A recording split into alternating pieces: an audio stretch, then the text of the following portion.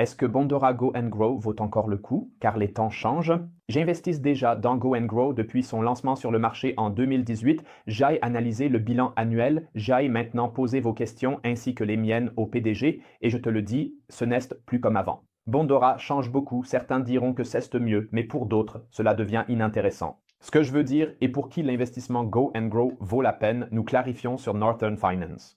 Je m'appelle Alex Bleck. Oui, Bondora a été fondée en 2008 en Estonie pendant la crise financière et est aujourd'hui surtout connue pour Go and Grow.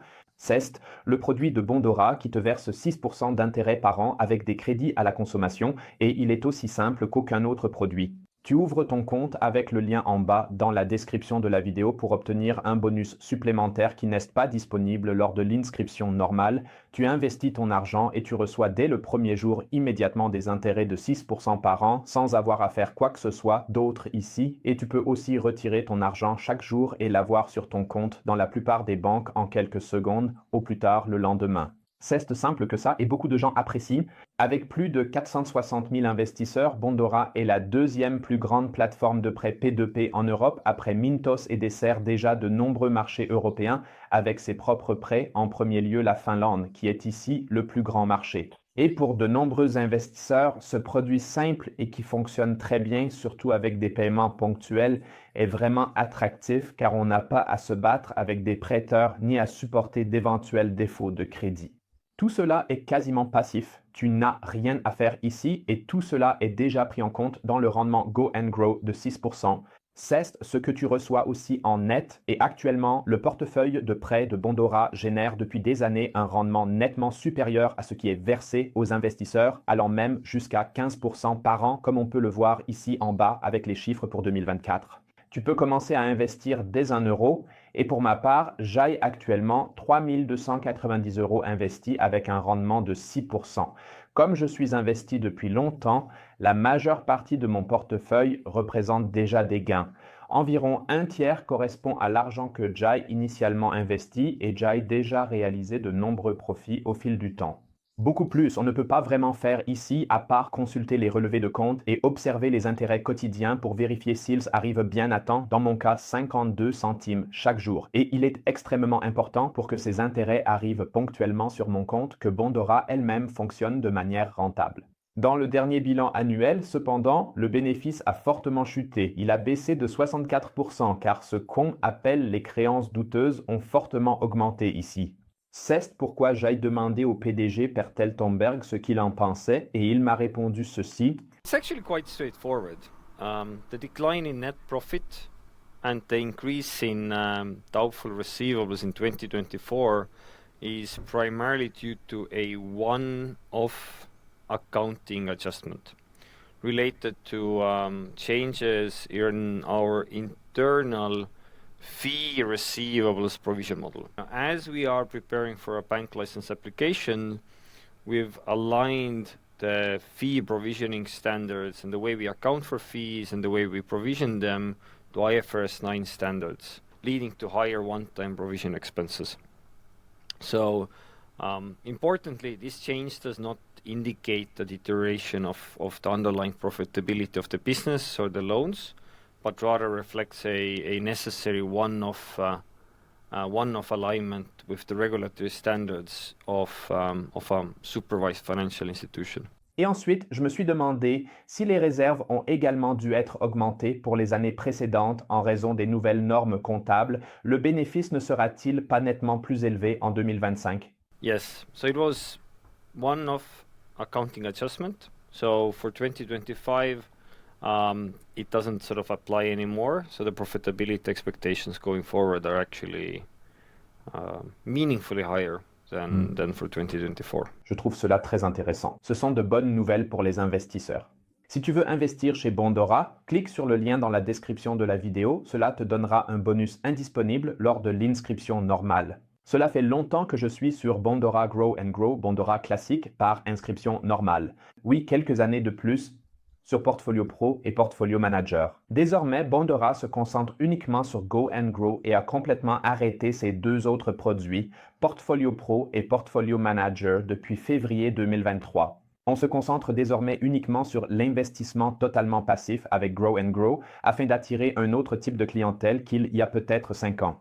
C'est ce que je voulais dire, Bondora a changé et il n'y a plus de retour en arrière possible. On ne se concentre plus sur les investisseurs classiques en prêt P2P comme auparavant, où l'on pouvait encore acheter des prêts individuels et vraiment tout paramétrer, faire et gérer soi-même. Désormais, l'objectif est de devenir une sorte de banque qui gère l'argent de ses investisseurs de manière totalement passive, tout en offrant actuellement à ses clients des taux d'intérêt nettement supérieurs à ceux de n'importe quelle autre banque et en maintenant en même temps la liquidité que l'on connaît d'un compte courant. Cela signifie aussi que l'époque des rendements élevés, c'est-à-dire à 2 chiffres, chez Bondora ne reviendra plus. Bondora se concentre davantage sur des emprunteurs présentant moins de risques.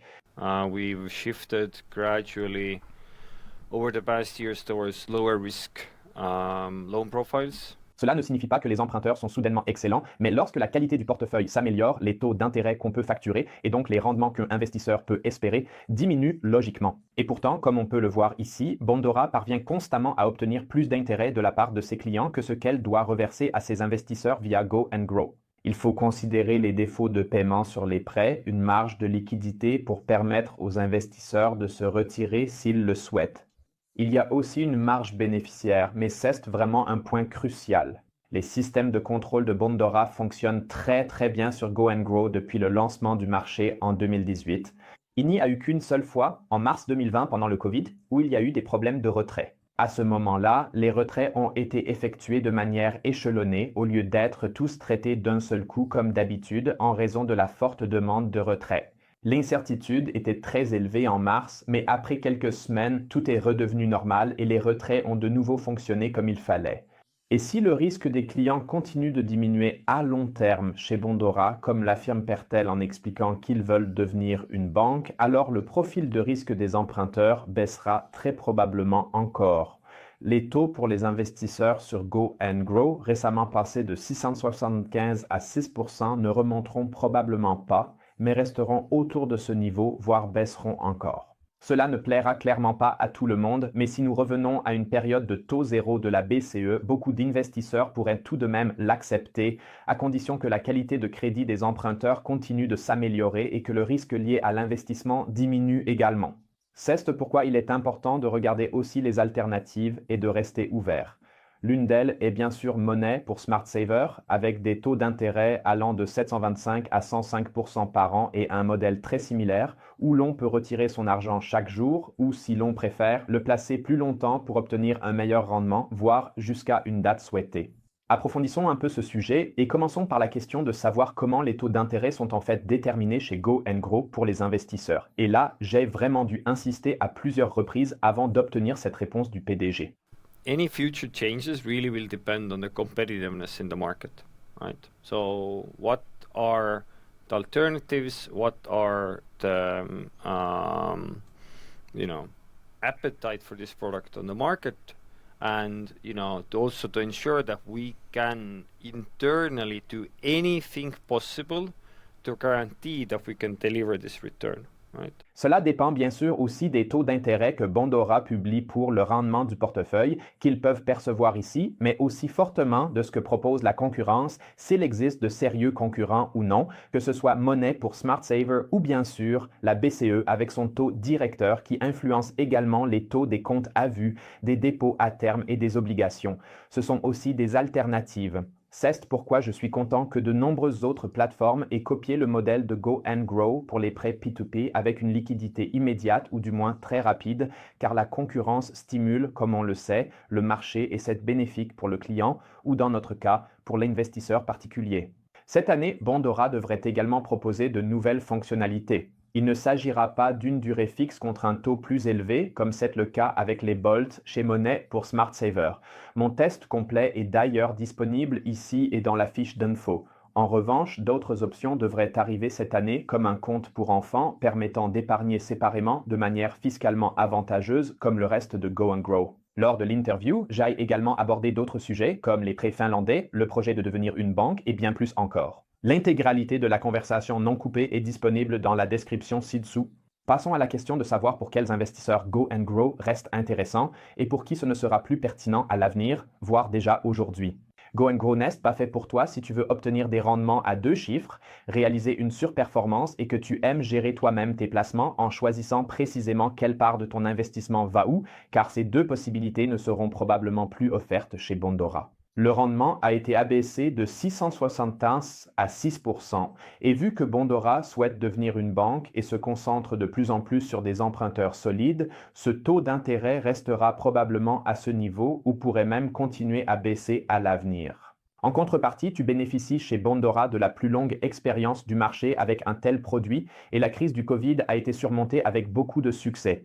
Cela a vraiment énormément de valeur, il ne faut pas le sous-estimer, disons-le ainsi, c'est vraiment très important, surtout pour les investisseurs soucieux de la sécurité, que ce modèle fonctionne tout simplement. De même, la transformation complète de l'entreprise, passant d'une fintech à une banque avec des processus et des mesures de gestion des risques totalement différents, est un atout pour les investisseurs qui privilégient la sécurité et peuvent alors accepter de renoncer à un peu de rendement. Personnellement, je trouve que c'est une bonne évolution que Bondora entreprend ici. Cela contribue à rendre le marché du P2P plus professionnel, plus établi, mais bien sûr, on perd aussi du potentiel de rendement. Heureusement, il existe de nombreuses alternatives, mais je trouve positif qu'il y ait une option qui offre de bons taux d'intérêt tout en renforçant constamment la sécurité. Combiné à l'approche enfin plus transparente concernant leurs propres chiffres et statistiques du portefeuille de prêts, sur lesquels ils ont longtemps été avares, je suis très heureux d'être resté investi et je vais maintenant petit à petit reconstruire mon investissement si les choses continuent ainsi. C'est un produit efficace sur lequel on peut placer son argent à court ou moyen terme pour obtenir des intérêts, tandis que la sécurité devrait encore s'améliorer dans les prochaines années. Ceux qui le souhaitent peuvent aussi utiliser Go and Grow sur le long terme, mais dans ce cas, il faudrait investir un peu plus d'argent, 10 000 €, pour que cela en vaille la peine. En tout cas, je vais continuer à suivre de très près l'évolution pour toi. Laisse-moi un like et abonne-toi pour ne rien manquer. Si tu veux investir ici, comme je l'ai dit, le lien est en bas dans la description de la vidéo avec un bonus, ce qui soutient aussi notre travail sans frais pour toi. J'ai récemment augmenté à nouveau mon investissement sur Bondora Go and Grow, comme certains l'auront peut-être déjà remarqué après l'avoir réduit auparavant.